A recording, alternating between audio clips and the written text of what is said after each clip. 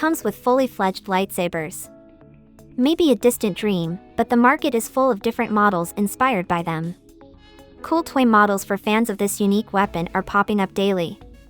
Prices though aren't kids stuff. A top-notch lightsaber can set you back $600. The owner gets to pick the color, tweak the effects, and adjust the sound. Plus, these swords are great for some fearless fencing since they're mostly made of durable polycarbonates, making them sturdy and easy to replace. Some manufacturers even standardize lightsaber components, allowing buyers to put together custom versions.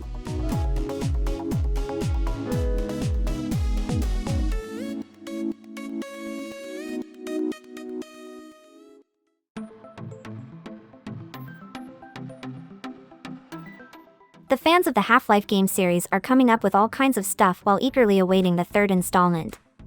Come on, Valve, the second Half-Life came out in 2004, it's time for part 3. But meanwhile, we can take a look at some game weapons like the gravity gun. Maybe a real working model will hit stores before Half-Life 3. Speaking of which, someone sold one of these guns for $221,000 and donated all the money to children's hospitals. And this is a gun from Portal 2, another Valve game. Gabe Newell, Valve's head, even called it their best game.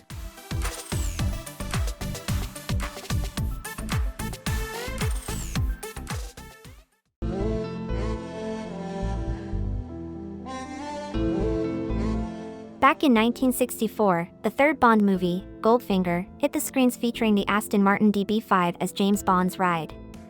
It was a good fit, but there weren't enough of them, only about 1,000 were made. It wasn't until 2018 that Aston Martin decided to change this. Fast forward to 2020, and they successfully put together the first of 25 new DB5 Goldfinger continuation cars. This one comes with a price tag of $3.5 million and packs a 290 horsepower engine, a 5-speed manual transmission, and rear-wheel drive.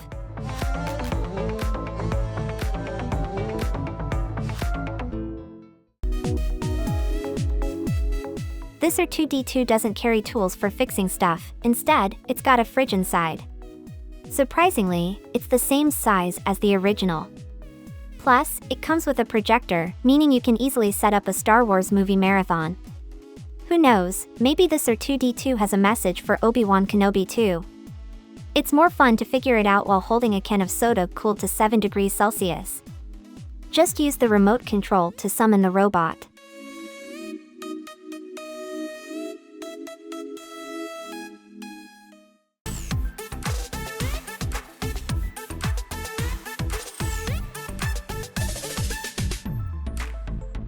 Let's go back to the future.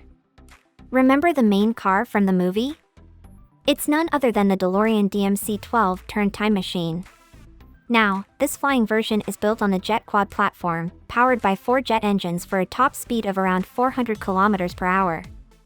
It's a cool way to showcase the Zetquad, especially with the AB6 version platform that lets you build drones that fly up to 11 km high.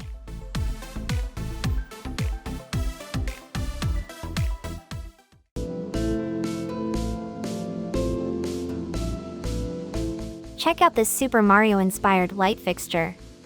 In the games, Mario is super strong and can smash brick blocks with his fist. But don't worry, the creators made it easy for buyers. No need for a hard hit to activate it. You can grab this lamp for $50.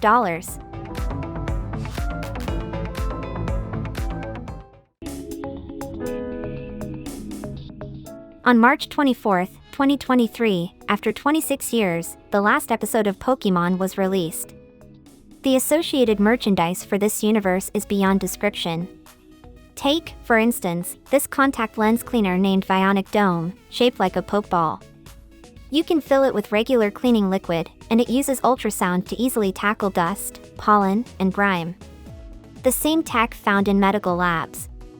According to the creators, the Visonic Dome is priced at around $80.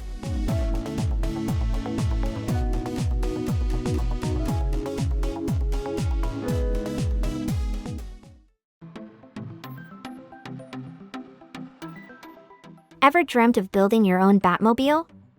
Then this construction set will surprise you. Moreover, it's not a toy but an educational tool too. For $149, you can dive into electronics and programming. The Batmobile features artificial intelligence algorithms and lets you customize autonomous driving modes. Curious about electric motors or computer vision? The kit explains these concepts in a way that even 7-year-olds can grasp.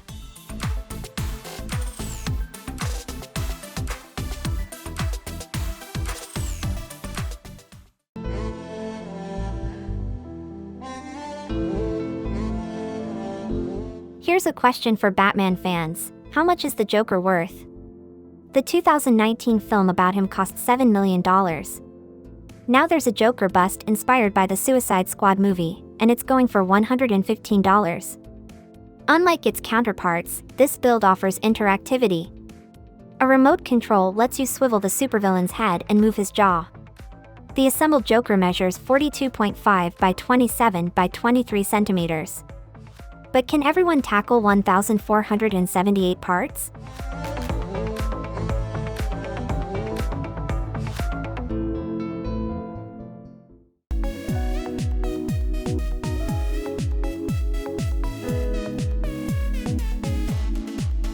For $222, you can snag a suitcase just like Tony Stark's. Sure, you won't be carrying an Iron Man suit in it, just like the genius billionaire philanthropist, but the case is big enough for your laptop. Your coworkers might be in for a surprise. And if you really want to dive into the whole vibe, why not go all out and grab a full-size Mark 7 armor for $1,980? It comes with voice and remote control, moving parts, lights, and top-notch sound.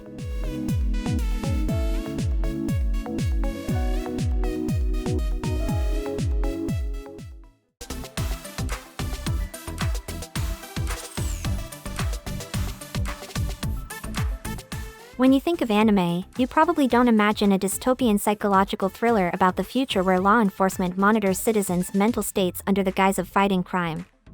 But that's only if you haven't watched Psycho Pass.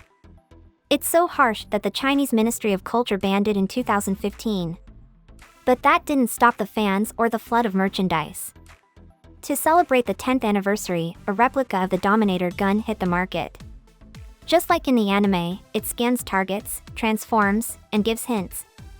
This replica goes for $1,300.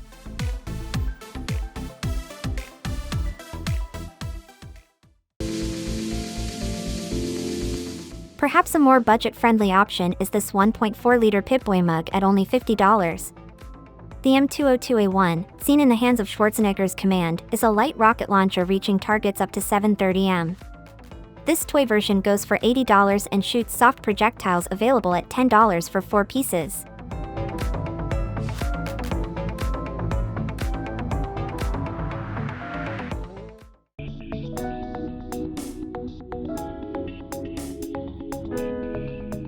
The Pip-Boy, the wrist-worn computer for researchers of the world after nuclear war from the game Fallout, made its debut in the last century, becoming one of the most iconic video game gadgets in history.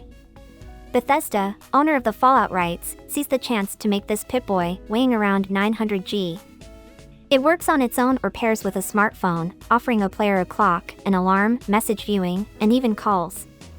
It also doubles as a power bank. Sadly, there's no built-in radiation meter. Plus, it's pretty expensive at $350.